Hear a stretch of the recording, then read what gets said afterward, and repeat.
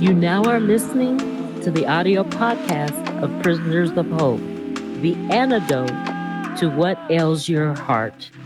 I'm your host, Dr. Deborah Whitson. So come on in, pull up a chair, and open up your mind as you get ready to receive the download that hope will bring.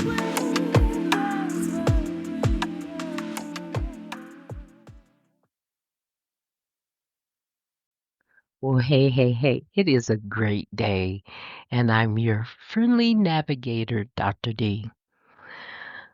Welcome to the podcast. Last time we discussed the disadvantages of not surrendering and trying to maintain control. Now we're going to take a look at the power that we gain as we surrender our life, our children, our insert your thing into the blank as we surrender it, our thing to the Lord. So let's go over what is the power of surrender? What do we get for surrendering? The first thing I want to cover is guidance. If you look at Proverbs 3:5-6, it says, don't lean on your own understanding, that submit your ways to Him and He will straighten your path. So He will give you guidance along the path.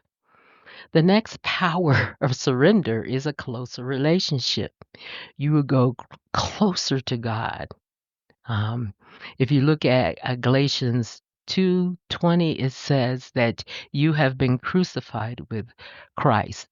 And it is not you who lives, but Christ who lives in you. So what it's saying is that surrendering to Christ means living by faith. This verse suggests us that there's a transformation power of surrender, where our old self is replaced by Christ living in us, guiding our actions and our faith. The next power of surrender is you're going to know His voice. Since you are surrendering everything to God, you're going to have to learn to listen, and God will speak to you, and you will know His voice.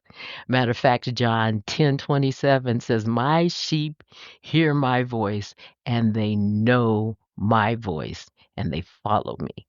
So, power of surrender, you get guidance, you get a closer relationship, and you get to know the Father's voice. And the next power you get from surrendering is strength and protection. So your submission to God is a power of an act of surrender. Say that again. It's a power of the act of surrendering. This verse highlights by surrendering to God and resisting the devil, you will gain strength and power from spiritual adversaries.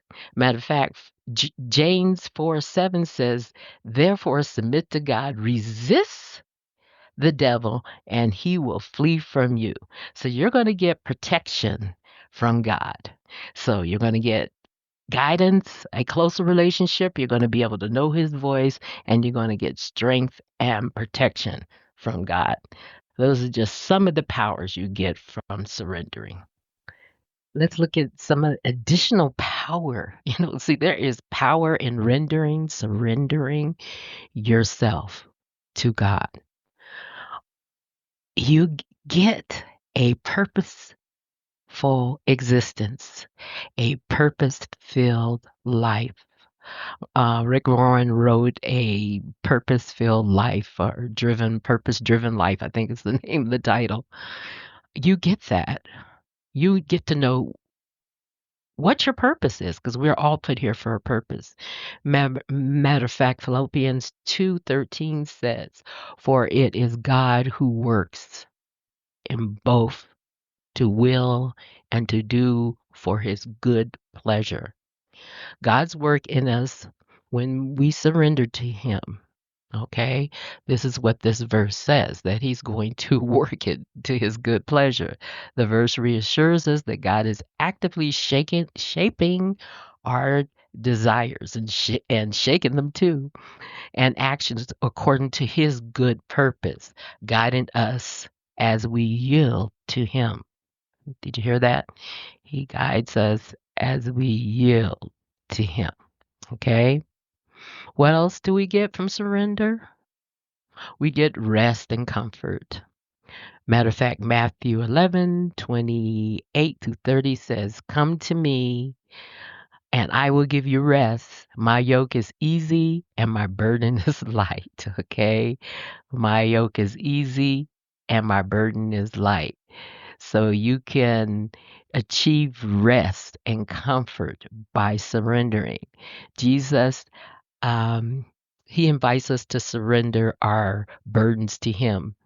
This passage offers comfort, assuring us that surrendering our struggles to Jesus brings rest and relief, as his way is gentle and sustaining. Okay? His way is gentle. Okay? So you can figure out what the purpose is for your existence.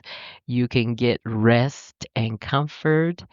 Also, the Bible promises that surrender will decrease your anxiety. Okay? Boy, do we need in this anxiety-ridden world to have that decrease, though we sure need it. Social media makes a lot of us very anxious. Surrendering to God promises inner peace. It gives you room to let go of your anxiety. Matter of fact, First Peter 5:7 says, "Cast all of your anxiety on him." Did it say part of it? No, it says all, because he cares for you. So that is three more power-filled things that we get from surrendering. We get to find out what our purpose for our existence is. We have rest and comfort, which is well needed, and it decreases our anxiety. But that's not all you get from surrendering.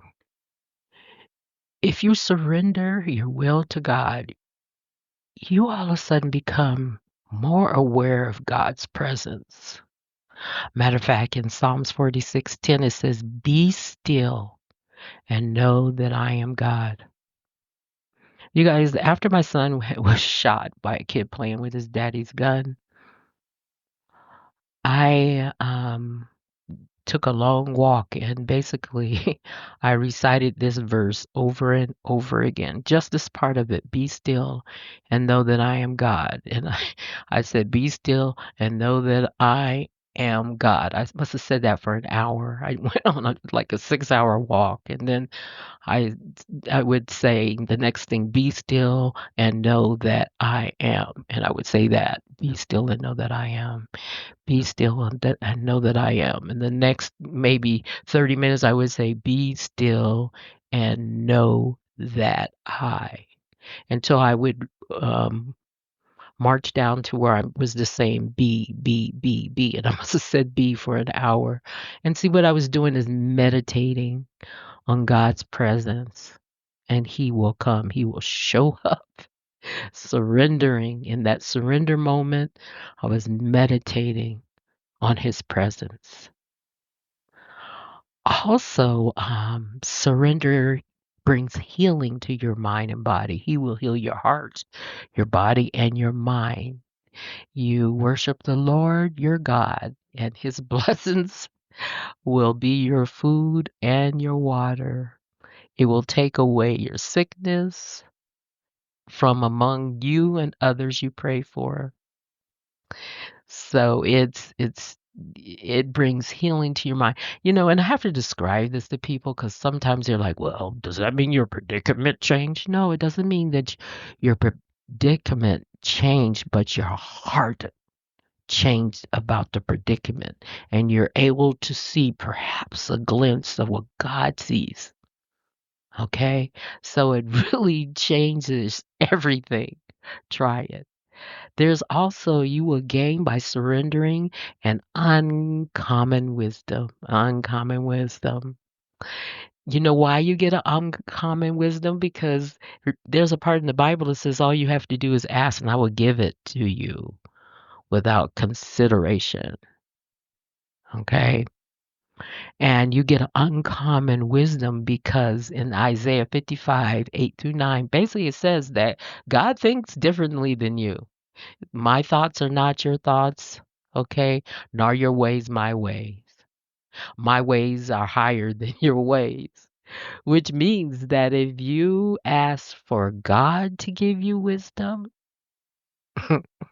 it's going to be uncommon.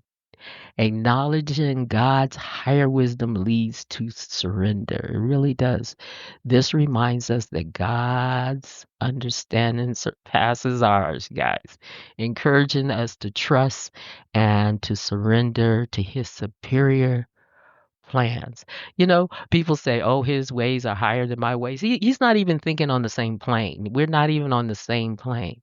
So if you get wisdom from him, people are going to be like, well, "Where'd you get that from?" It's uncommon. That's a promise of surrender. So I covered a lot of power, a surrender, all the different things that surrender gives you, the power that it brings to you. And if you notice, there's more power in surrendering than trying to take control. And in the formal part of this series, I talked about what is the downside of trying to take control. Okay. But the power of surrender, let's go over that. Let's review it real quickly so you would get it because there's so many. You get guidance, you get a relationship with God, you begin to hear His voice and you know His voice because you're listening. You get strength and protection, especially protection from the devil. You get to fill out your purpose driven life. You get to know what is the purpose of your existence. Isn't that amazing when we know we're in our purpose? It just makes life so much better, so much easier. You get rest and comfort because you need rest. It decreases your anxiety. A little anxious, no pill will do what God's comfort and release from anxiety will do. You get awareness of God being there with you because you've surrendered everything. So He will show up. You get healing. He will heal your mind, your body, and soul. You get an uncommon wisdom because His thoughts and His ways are higher than our thoughts and our ways. I mean, isn't this amazing? All the things you get from surrender. It seems paradoxical. Surrender, isn't that? Aren't I putting myself at a level of humility? Yes, you are. Just look at it this way: God is your partner. He's the one who stands in the battle for you. So when crap hits the fan, you can duck behind God. I like that image. I like that image. I hope this is very helpful for you as you embrace the power of surrender. And all you need to do is to hold on and don't let go. Until next time, signing off, Dr. D. My hope is that this journey has been fruitful and you're able to take it and apply it to your life. Until next time, tune in again for the Prisoners of Hope podcast. God bless.